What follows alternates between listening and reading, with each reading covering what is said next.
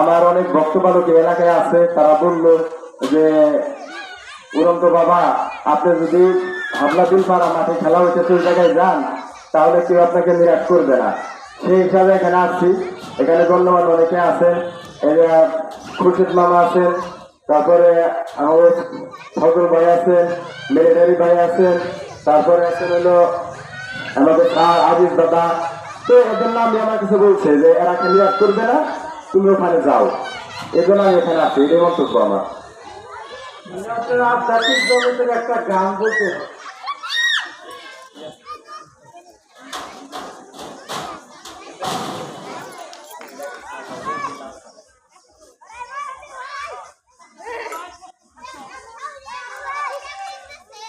আমাকে একটু প্রস্তুতি নেওয়ার সুযোগ দেন।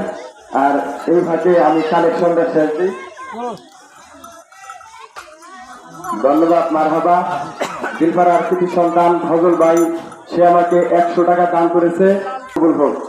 মনে হয় আরো কেউ দিবে। ভাইকে একটু পানি করে রেখেছেন।